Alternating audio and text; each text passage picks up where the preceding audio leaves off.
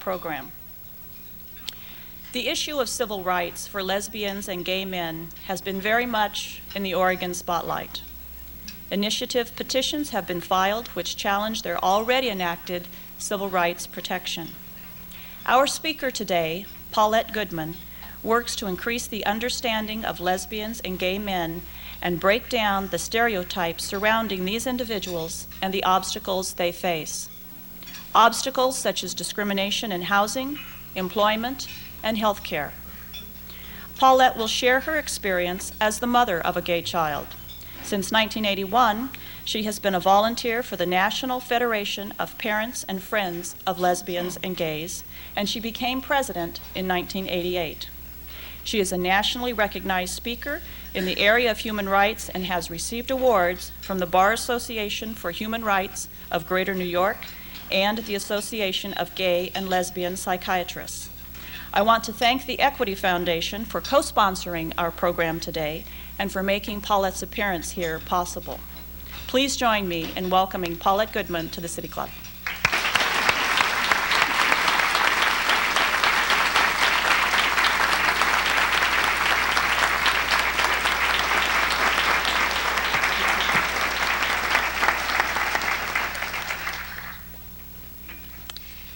It's indeed a great pleasure and an honor for me to be here with you today. It's particularly very important to me to be given the opportunity to address issues such as the one that the OCA is making waves with. When I saw the program 48 Hours recently, and I listened to the attacks of the OCA and listened to the inconsistencies of what they were talking about, saying that they do love homosexuals, but we don't want them living next door to us, we don't want them teaching our children, etc., etc. How can you be loving somebody and saying such things? Understand why I am so committed to working for human rights. It's because of my own experience growing up in Nazi-occupied France, Paris, being a Jewish child, being denied my own identity as a Jewish child for fear of being sent to concentration camp. I have lost many members of my family, including an 84-year-old grandfather, an older sister, her 3-year-old child, her husband, and living in fear all the time of being taken away and sent to concentration camp. Now, this experience of being in the closet as a Jew has brought to my attention what gay and lesbian people face every day of their lives. They too, many of them, are in the closet. They too cannot express themselves as total human beings. They are being denied their personhood. And whenever you hear about discrimination and oppression, I think that we really need to look into this. Why is this happening? Usually it's brought on by fear of the unknown. It's also brought on by people who are not so secure within themselves, and somehow they feel a lot stronger if they can attack somebody else. Now, these people are probably good people. I like to think that inherently everybody is a good person. But these people are also very ignorant. Now, you can cure homophobia with education, and that's what I'm all about, and so is my organization. People who fear get very emotional And sometimes they don't want to hear anything. They're not ready to hear the truth. And I can understand that. Before I was touched by homosexuality, before I found out that I had a gay child, I didn't know anything about it. And frankly, it never entered my mind. But once I was touched by the issue, I needed to know everything that I could about it so that I could be more comfortable with it, so that I could understand and accept my gay child. But people who are involved with the OCA don't want to listen. I have encountered this kind of attitude in Montgomery County, where I live. In 1984, the Human Rights Coalition wanted to add sexual orientation to the anti-discrimination list. And lo and behold, we found out that there were a lot of fundamentalists within our area, which is supposed to be so liberal. And these people went to such lengths to say gays don't need gay rights. They're protected like everybody else. So on the one hand, they're saying these things, and when you know very well that when people say that you don't need those rights, you need them more than ever. And I have looked these people in the face. I have tried to reason with some of them. But all that came between us was the Bible. And people close their eyes, their hearts, their mind. They're stuck on certain places in the Bible which they pick out. There are lots of things in the Bible, such as eating pork, such as condoning slavery, such as stoning a person to death for committing adultery. We don't live this way anymore. We don't use these excuses anymore. So why get stuck on homosexuality and sodomy and Sodom and Gomorrah and everything else that is in the Bible, which is really very little, essentially. But it helps them to continue to be hateful. And when people hate one segment of our population, they hate everybody. They must hate themselves. And because of that, they will go to lengths to really rouse the public to agree with their views, which are very narrow-minded. They also claim traditional family values. Well, I resent that. They don't have a monopoly on the family. We are also traditional families.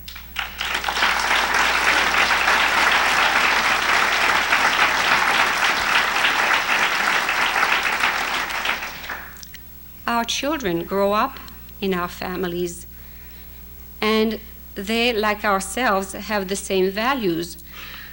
But unfortunately, because they are differently oriented sexually, people don't believe that these homosexuals out there know anything about values.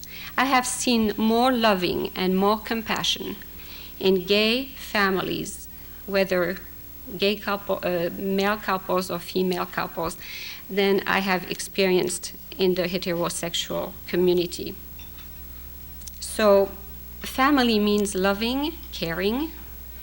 It means staying together.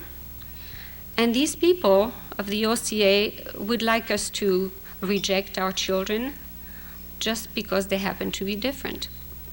They themselves would reject their own children or family members. And if that's their idea of a family, I don't buy it. That's not family to me. We also need to show the human face of homosexuality. Somehow people have an idea that all of a sudden an adult turns out to be a homosexual. And stereotypes abound. and people get stuck with the stereotypes. And that's most unfair, and that's most destructive, because some people who may be perceived to be gay and who are not also suffer the consequences and the wrath of the fundamentalist right. PFLAG is committed to teaching the truth about homosexuality, to support families and help them understand and accept their gay and lesbian members.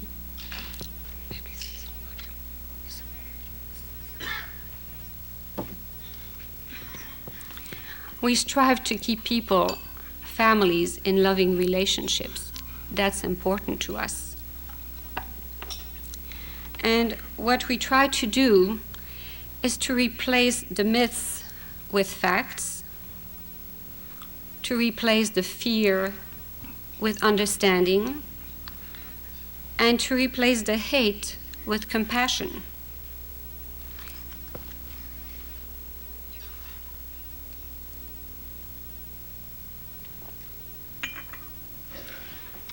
When I became the third president of the Federation of Parents Flag, it was just before the Bush administration took office.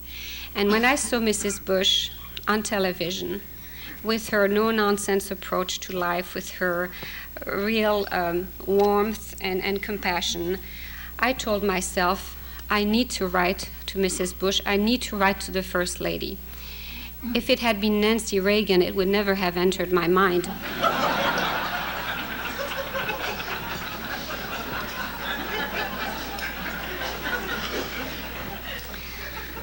But I wrote to the First Lady because deep down I knew that she was a compassionate person. And my letter didn't get there for a while. I sent it via the usual route, and it ended up on the secretary's desk, and I knew it went no further when I received a response saying, Mrs. Bush would want me to thank you. So, fortunately, I had the opportunity to be at the White House for the signing of the hate crimes bill, and I noticed that there was an aide there who was very comfortable with the gay and lesbian community leaders, talking with them. And that morning, I made a copy of my letter to Mrs. Bush and put some booklets of ours in an envelope, and I did not seal it. And that my letter was burning a hole in my pocketbook. I didn't know how I would get it through, but somehow I approached this aide, this lady, and I told her that I'd sent a letter almost a year ago, and that I knew Mrs. Bush had not seen it. Could she help in getting it to the First Lady? And lo and behold, Mrs. Bush did read my letter, was touched by it, and responded, and I would like to quote from her letter in 1990. I firmly believe that we cannot tolerate discrimination against any individual or groups in our country. Such treatment always brings with it pain and perpetuates hate and intolerance. You have to excuse my reading. My eyes are not so great. But this was a very strong message from Mrs. Bush, and I knew that it was not for my eyes only. So the message went out to a lot of people who need to know that there is compassion in the White House. And my letter to her was to remind her that people who are in high places in the government really could do so much to help change attitudes. And her reply also said that, thank you for letting me know that we need to work on changing attitudes.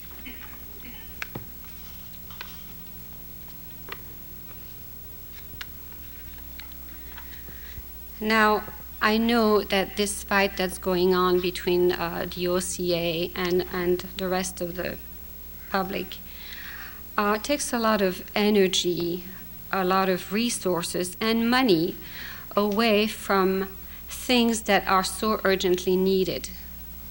All this energy that you're pouring into counteracting what OCA is doing, all that energy could be used for helping the homeless, our environment, helping young children with better education. There are countless things that I know this energy and resources could be used for. So it's unfortunate that we have to spend our time and energies and money to battle. But on the other hand, I think this is also an opportunity when you're challenged in your integrity to educate while you're battling. There are lots of people who really don't know very much about homosexuality or other important issues. And if they're not touched personally, there's no reason for them to get involved or to do anything or say anything. But by giving us an opportunity to speak the truth and to give information, I think that they don't realize they're doing us a favor.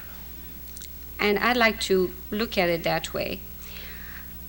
We need to send a strong message to the community that we will not be intimidated by OCA tactics, and that we will stand up for equal rights for all people. I want my gay child to enjoy the same rights that my non-gay child and I enjoy. No more, and certainly no less. And I think that we all need to speak out against injustice and against bigotry. And most importantly, we all need to vote. And I see my time is not up yet, and I have a lot more time to talk, so I'm going to talk.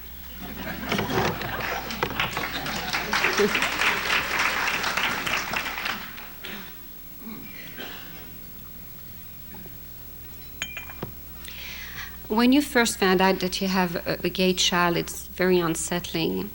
And the reason it's so unsettling is because, like myself, most people are ignorant on the subject. It's also a little bit frightening because we are concerned for the welfare and the safety of our children. We know what's going on in our society, the gay bashing, everything bad, the labeling our children, all negatives. And I don't like to use negative words, but I really take offense when homosexual people are lumped together with pedophiliacs, with all kinds of things that have been brought up by the OCA. It seems to me that sexual orientation, sexual behavior, and sexual identity are very different things. When a child is born with a homosexual orientation, by the mere fact that some of our states still have the sodomy law, our children are deemed to be criminals. Now, if, as they get older, they come out of the closet, people say, well, they're flaunting. Why do they have to come and parade? What the general population doesn't realize is that we heterosexuals flaunt all the time.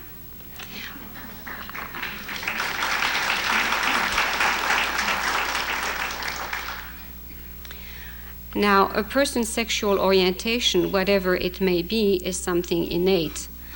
The sexual behavior is something else.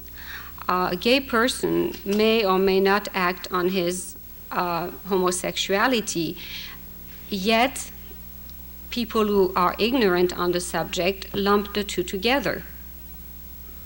Nothing is done to encourage gay people to be monogamous.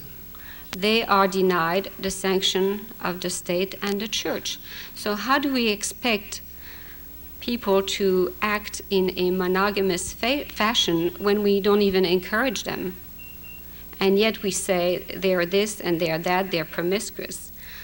The sexual identity comes about when a person really understands himself or herself and knows who he or she is. My sexual identity is that of a heterosexual woman. I am a mother and I'm also a grandmother. And this is my identity. Now, we don't deny that of me. We don't question that of me. Why should we have to question the sexual identity of homosexual people? So all these things get lumped into one by the uninformed and the ignorant. Also, to continue passing on the myths about homosexuality, I think is very unhealthy. Children growing up today in fundamentalist families are going to suffer dire consequences. In our organization, we have a family whose son threw himself over the highway, over the overpass bridge, because he could not reconcile his religion with his sexual orientation. And he came out to his parents when he was in his teens, probably 16 years old. He went for religious counseling. Nothing helped. They tried to change him. He tried to change himself. And when he realized that he could not be who he was and that he was not acceptable to God or to his family, the only thing he saw possible was to do away with himself. Well, his mother now is speaking out at every opportunity. She feels that she has been betrayed by her church, because if you're asked to put your child after your church, something's wrong there. Your allegiance.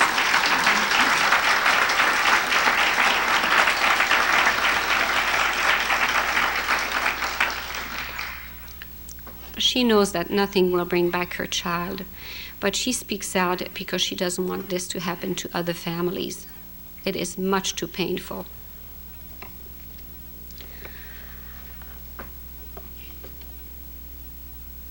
I have encouraged people to come out if they can. And the reason for it is that as long as gay and lesbian people are invisible, they don't exist.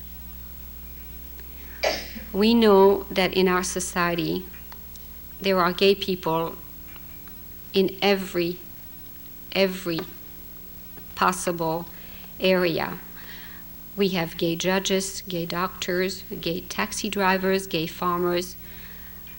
The gay community likes to say, we are everywhere, and I know they are everywhere. And if they were to turn green overnight, and if their families were to turn green overnight with them, believe me, the politicians would take note.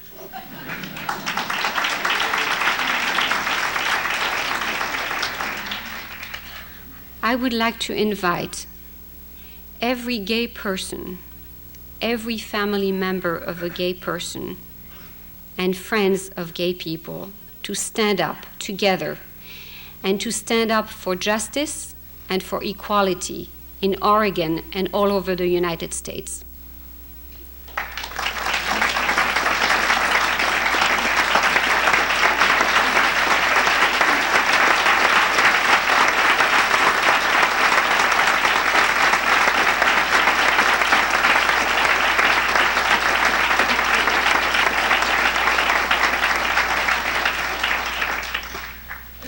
Now, this is what we have to show the OCA people.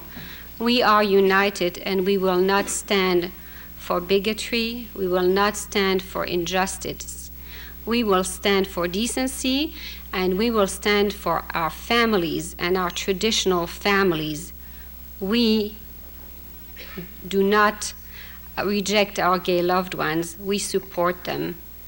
And when we stand up and speak out on their behalf, people will take notice, and I engage you to do that whenever you can. Thank you very much.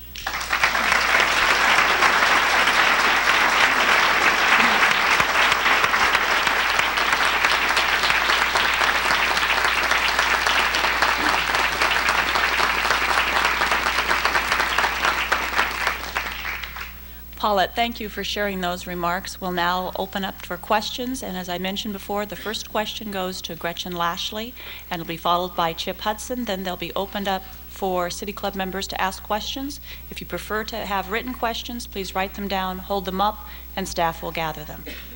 Gretchen? Ms. Goodman, you said that when you first heard that your son was gay, you found the news unsettling. How does your organization, PFLAG, counsel parents, even those who are staunch civil libertarians, when they first learn they have a gay or lesbian child?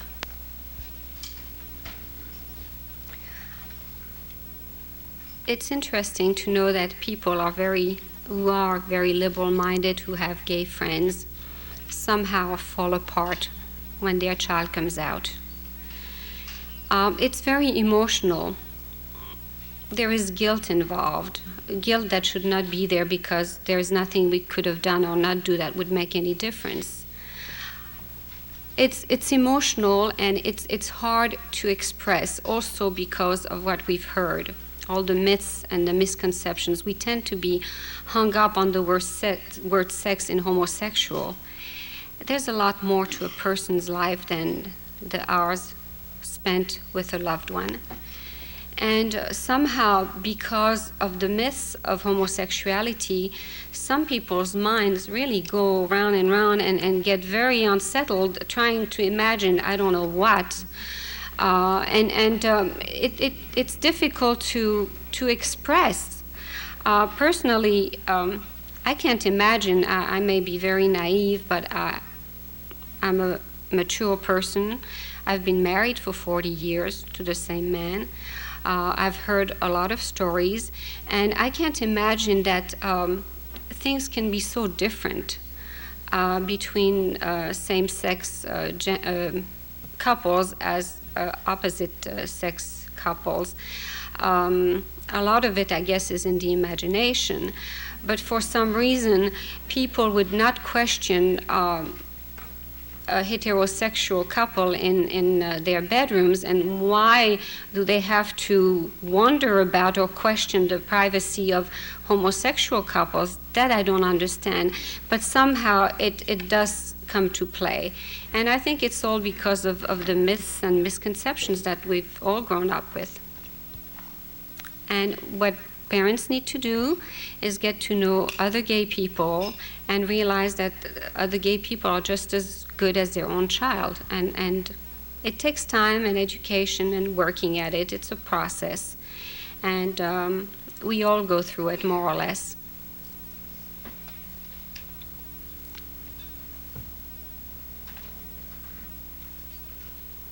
Ms. Goodman, one of the things that one sees frequently in the portrayal of ballot measures by the OCA and other groups is a tendency to characterize these measures as attempts to limit government intervention in promoting so-called special rights.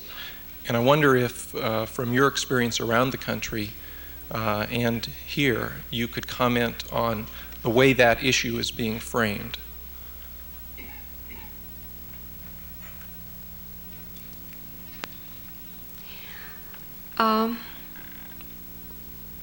I think the issue of homosexuality is always framed by decency,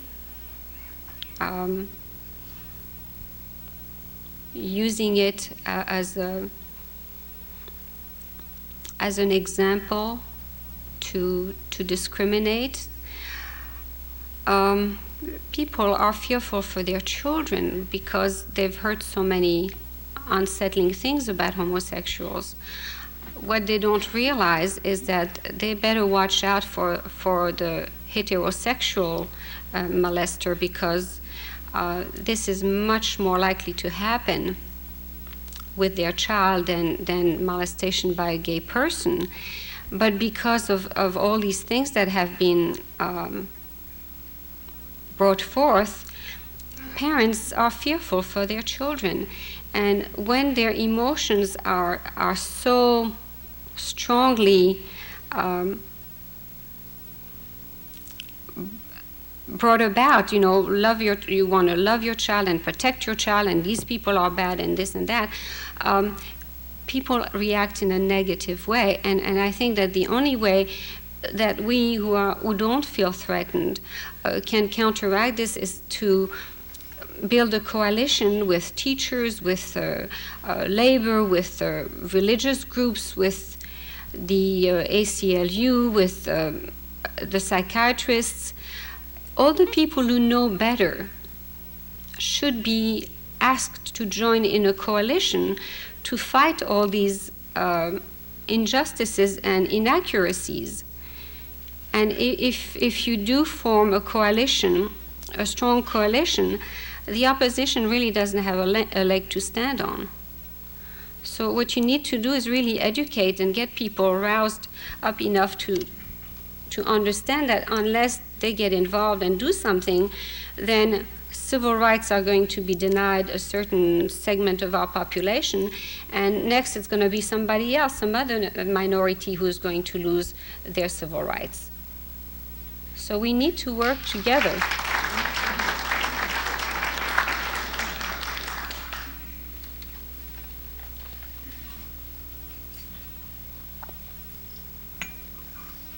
I'm Bill Crane, City Club member.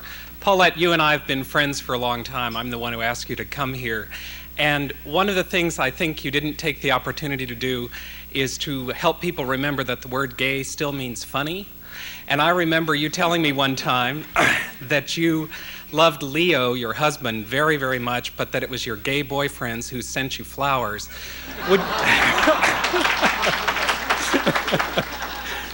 Would you please tell, because I think there's a lot of folks in the radio audience who, it's hard to imagine, who may not really know gay folks. Would you please tell one of your favorite stories about some friends and what great funny people they are? I wouldn't know where to start. Actually, what I have found is that people who have suffered discrimination and have lived through it have to have a real good sense of humor. I know my mother brought up 9 children, lived through 2 world wars, lost her oldest child and first grandchild to the Holocaust, and had a lot of difficulties in her life. And we were just talking about it recently with my sister. What kept my mother going until she was 93 was her sense of humor. So when people have suffered a great deal, when they get together and they get together to have a good time, they really know how to have a good time. They know about good foods, they know about the good things in life. They want to enjoy these things to the fullest. So when my husband and I are invited to a party given by a gay person, we always have a good time. We talk about all kinds of things. We are not restrained. We don't have to worry about not talking about the big H, We have lots of friends that we've had for many, many years, and we love them dearly. But when we get together, the conversation is really flat. You can't talk about the things that are meaningful to you, and all you talk about is your grandchildren. I mean, it's okay now that I have some of my own, but there is a limit to how much you can talk about grandchildren and show the pictures, and then there are very much more important things in life.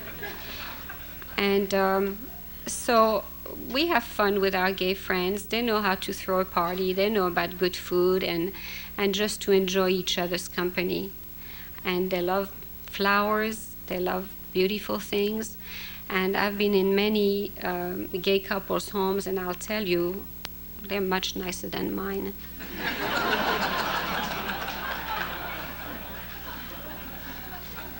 Paulette, we do have a written question. I will encourage everyone to come to the mic, but we do have a written question here, and the question is there a local chapter of PFLAG, and if so, how do people contact it? Yes, yes. We do have a chapter of PFLAG right here in Portland. The president of this chapter is here today with his wife, and the helpline for the chapter is 232-7676. 232-7676. One thing that I did not tell you about, and I will take a moment to do it now, is that we have begun a 1-800 number to help families find out where we are when they need help and support. And the number is 1-800-4-family. And anyone, any place in this country can call the number and find out if there is a helpline and be given telephone numbers that are closest to their home. We have also started a PSA program to show that we are traditional loving families and that gay children, gay people belong to the family. And these PSAs, they are video cassettes, will be distributed by teams of volunteers from our organization, and we hope to cover about 90% of the population with our positive image PSA. So we're very excited about the work that we're doing.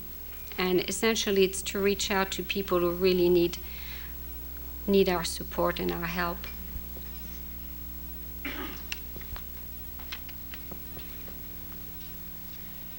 My name is Greg Jackson, and my parents live in Eugene. They have been active in the PFLAG group down there for about 6 months, and thank God for PFLAG. What I was surprised, though, when they started going to PFLAG was they came through their own coming out process that was fairly emotional for them. Can you talk specifically about how PFLAG works with parents and families to get through this and to become comfortable and confident with it? What I have found is that when people become knowledgeable, they become more comfortable with the whole issue. And coming out process is a constant process. My husband started a new job last October, and he realized that he was in the closet again as a parent. And it's not, we don't want to go around and just brag about our gay children, although we have a lot to brag about, but if it comes up in conversation and then people question you about your family, we need to be able to be truthful. I know many families where the gay child is grown and adult and of marrying age, and everybody's trying to fix a child up with somebody or other, and it's difficult for these parents to keep being bombarded when, is your son going out? Oh, I know a nice Jewish girl for him. It's really very difficult,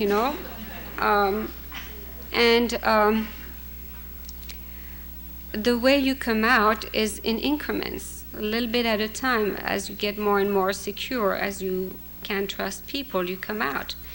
But I think it's really sad that we have to go through that kind of process. For what? Why couldn't we be ourselves and answer truthfully? But I do hope that it will happen more and more. I would like to see homosexuality become a non-issue. So what?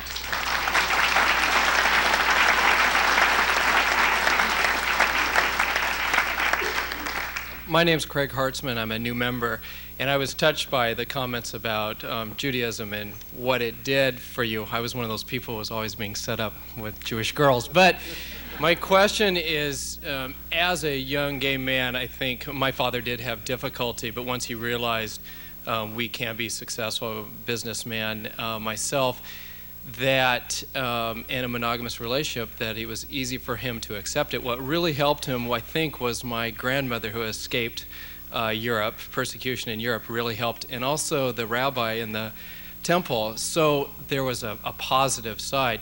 My question is, how can we involve other groups like the Jewish community, women's groups, black organizations, to be a part of defeating what the OCA is doing? Just talk to these people, communicate with them, give them the information, meet with them. I don't know what else you can do, but it's very important that you speak out and that you speak with them.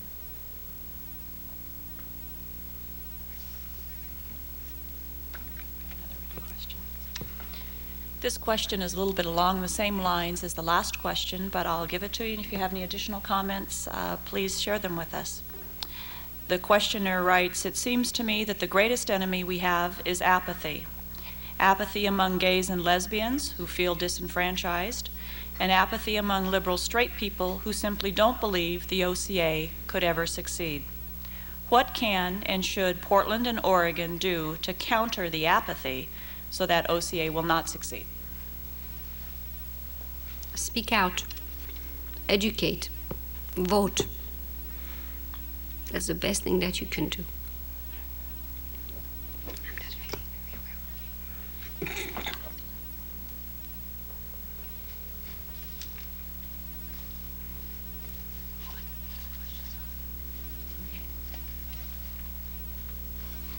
I think at this point we'll close here, and I'd like to thank everyone for coming, and also like to thank Paulette very much for speaking with us today and sharing her experiences.